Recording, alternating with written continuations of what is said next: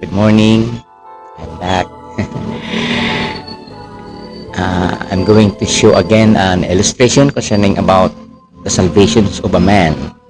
And this is heaven, the destination for those who believe on the Lord Jesus Christ and trust Him what He has done on the cross to pay our sins.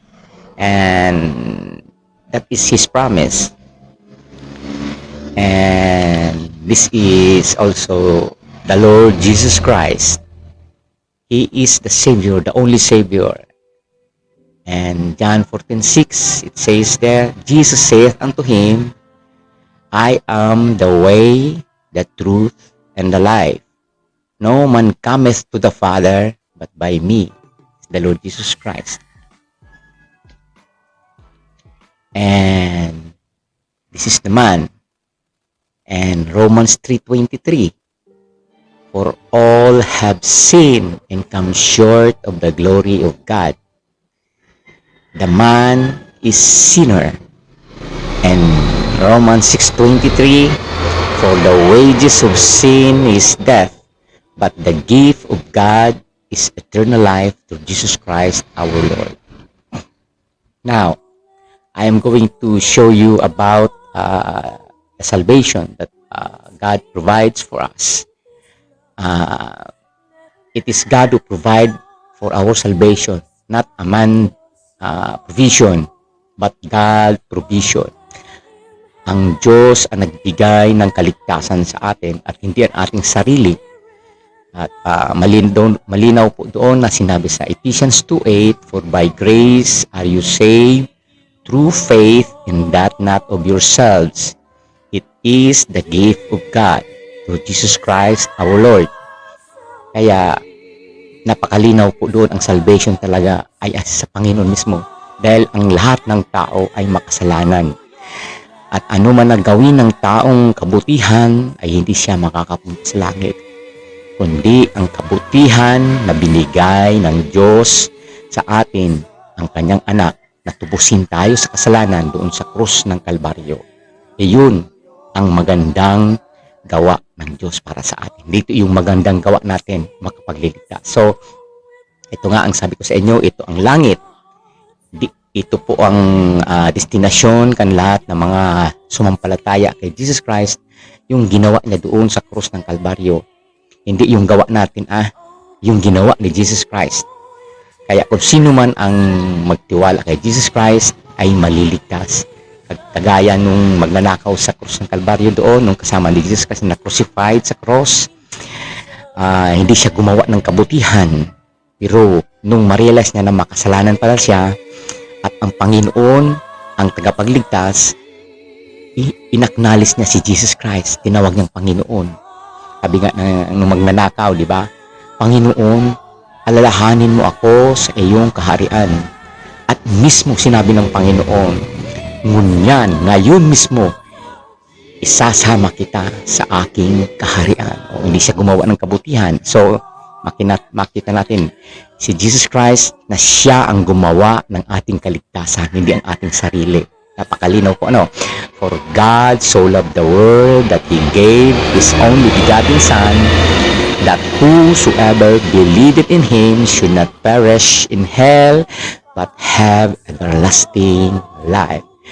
Iyon po ang mission ni Jesus Christ. Kaya iniwan niya yung langit, yung trono ng langit. At bumaba dito sa nagpakumbaba siya para iligtas tayo sa ating mga kasalanan. So, ito ang tao, napakasama niya, makasalanan sa lahat. At walang matino, sabi nga, nakasulat nga sa Roma 3:10, there is none righteous, no, not one. Walang matuwid, wala, kahit na inisa. Pag sinabing wala, wala. All have sinned. A-L-L, all, wala. Walang matuwid. Kaya malinaw po, isasabi ko po sa inyo kung paano maligtas ang tao. Ngayon, ito yung langit, dito ang gusto ng Panginoon na papunta tayo lahat kung sumampalataya ka sa Panginoon.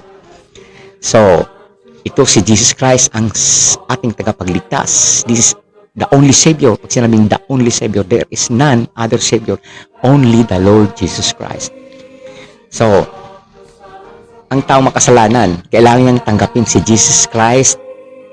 Kailangan niyang tanggapin si Jesus Christ para siya ay maligtas. Sabi sa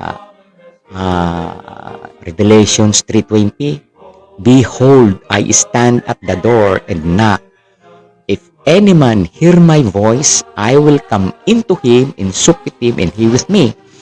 And Jesus also in John 3:16, napakalino ko yung John 3:16, paulit-ulit ko sinasabi, "For God so loved the world," world, "that He gave His only begotten Son, Jesus Christ, that who," yun na, condition, "whosoever believeth in Him should not perish in hell, but have everlasting life." Now, kumakatok si Jesus Christ sa kanyang puso, sa tao. Kapag binuksan mo ang iyong puso, sabi ni Jesus Christ, "Ako ay papasok sa iyo at ikaw ay akin at ako sa kanya." Ito ngayon, tinanggap niya si Jesus Christ sa kanyang puso.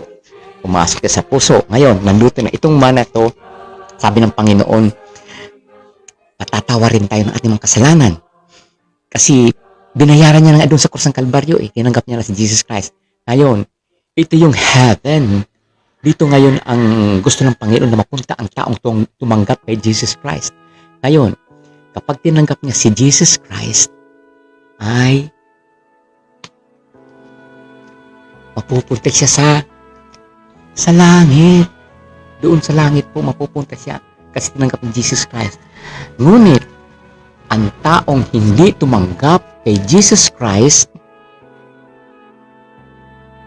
pag hindi niya tinanggap si Jesus Christ, wala sa kanya si Jesus Christ, ay mangyayari po, ang tao ay hindi makakapasok sa langit.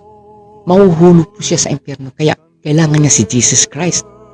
Kahit anong gawa niyang kabutihan ng taong ito, ay hindi siya makakapasok sa kanila. Walang access siya. Wala. So, kailangan niya si Jesus Christ kasi Savior siya eh. Once sabi ni Jesus Christ, papasok ako sa kanya. Sabi nga sa John 14:6, "I am the way, the truth, and the life. No man cometh to the Father but by me." Ngayon, tinanggap mo si Jesus Christ sa iyong puso. Tinanggap mo siya. Ngayon ay nasa puso mo na siya. Once na si Jesus Christ nasa puso mo na, ay meron ka ng access sa heaven. Kasi nandun na si Jesus Christ sa iyo eh. Iyan ang pangako niya. "For God so loved the world that He gave His only begotten Son, that whosoever believeth in Him should not perish but have everlasting life." Only the Lord Jesus Christ. In Acts 4:12 it says, "For there is none other name, neither is there salvations in any other. For there is none other name under heaven given among men whereby we must be saved." Wala nang iba. Wala nang ibang tagapagligtas kundi si Jesus Christ lang. Ang turo ng mga religion, maraming tagapagligtas daw. No, it is only the Lord Jesus Christ ang tagapagligtas. Wala nang iba. "I am the way, the truth, and the life." Pag sinabing the only way, kaya napakabuti ng Panginoon na tayo ay merong pag-asa. Habang may buhay, may pag-asa. Kaya pag namatay ka na, wala na, may hatol na ang taong hindi sumampalataya kay Jesus Christ. Ngunit pag sumampalataya ka sa Kanya, wala nang kahatulan. Sabi nga sa Romans 8, "There is none therefore no condemnation to those who are in Christ Jesus our Lord." Wala nang condemnation. Hindi na kondinado, kundi pinatawan na siya ni Jesus Christ. Dadali na siya sa langit. Anytime na maiwan niya na itong laman na to, yung katawan natin, diretso tayo sa heaven. So, maraming salamat mga kaibigan, at sana maunawaan niyo talaga na gusto kang iligtas ng Panginoon. Kasi ang buhay natin dito sa mundo, napakaiksi lang.